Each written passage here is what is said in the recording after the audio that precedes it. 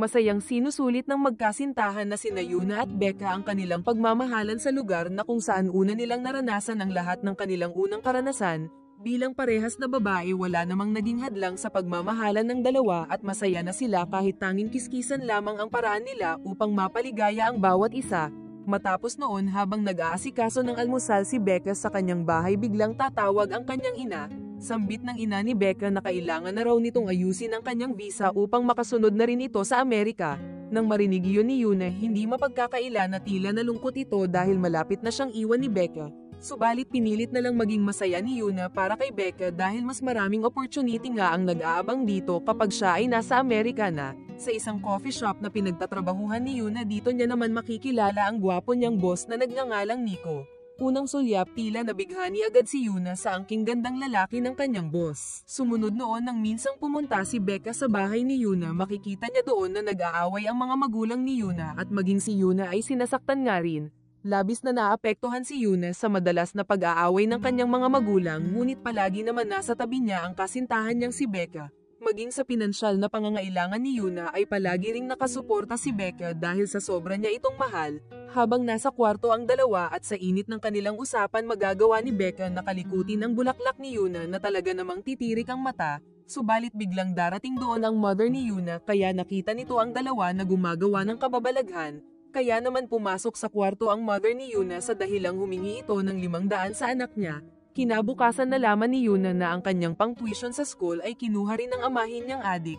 Labis tuloy ang pagkadismaya ni Yuna sa mother nito dahil bakit pinatutuloy pa nito sa kanilang bahay ang adik nitong kalaguyo.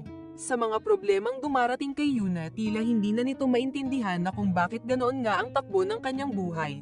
Para mag-relax, ginawa ni Yuna na pumunta sa isang bar upang magliw-aliw kahit sandali. Sa bar na iyon, sakto ring naroon ang boss ni Yuna na si Nico at napag-alaman nito na babae nga rin ang bet ni Yuna at wala siyang hilig sa talong. Kasama rin ni Yuna ang pinsan ni Becca at ito rin ang nagsabi kay Nico na syota nga ni Yuna ang pinsan niyang si Becca. Matapos noon, habang lasing na pauwi si Yuna, nakita ito ni Nico kaya inaya niya na itong sumakay at maghatid sa bahay ni Yuna. Nang makarating naman si Yuna sa bahay ni Becca, tila halata agad sa mukha ni Becca ang pagkainis sa kasintahan niya. Pinaliwanag naman ni Yuna ang mga nangyari sa kanya at sinabing kasama niya rin ang pinsan ni Becca. Masama ang loob ni Becca dahil bakit hindi nga raw sumasagot si Yuna sa mga tawag niya. Para hindi na lumala ang pagtatalo, mas pinili na lang ni Yuna ang umiwas at magpakumbaba kay Becca. Sa nangyaring pagtatalo ng dalawa, agad rin namang pinuntahan ni Becca si Yuna sa pinagtatrabahuhan nito para humingi ng pasensya sa inasal niya. Subalit isang balita ang sasabihin ni Becca kay Yuna at ito nga raw visa niya ay na-approve na at sigurado na talaga ang pag-alis niya. Dahil doon nawawala na tuloy sa focus ang isip ni Yuna sa trabaho niya. Buti na lang mabait si Nico at inintindi niya na lang kung anuman pinagdadaan ang problema ni Yuna. Maging sa pagkain sa pananghalian, nagawa na ring magsabay ng dalawa. Ngunit saktong nagpunta rin doon si Yuna para yayayain niya sanang kumain si Yuna. Subalit nang makita nito ang dalawa na tila sobrang saya kaya umalis na lang si Becca. Kinagabihan sa pag-uwi ni Yuna, agad itong pagsasalitaan ni Becca na mukhang nakainom pa. Sambit nito na nakita niya raw sa coffee shop si Yuna kasama ang boss nito na kumain at labis ang saya. Hindi maintindihan ni Yuna kung bakit ginagawang isyu nga ni Becca ang mga nakita niya. Dagdag pa ni Becca na baka raw gusto na rin ni Yuna ang lalaki. Dahil sa mga masasakit na salitang binitawan ni Becca, kaya nainis na rin si Yuna sa kanya at gusto na nitong makipaghiwalay sa kanya. Todo pakiusap tuloy si Becca na huwag itong iwanan ni Yuna, ngunit huli na ang lahat. Buo na ang desisyon ni Yuna at gusto na talaga nitong iwanan si Becca. Labis na nagsisi si Becca at inalala na lang tuloy niya ang mga masasayang sandali noong kasama pa si Yuna. Habang nagtatagal, unti-unti naman ang nagkakamabutihan si Yuna at boss nito. Nagawa rin nilang mag-enjoy sa bar ng sila lang dalawa.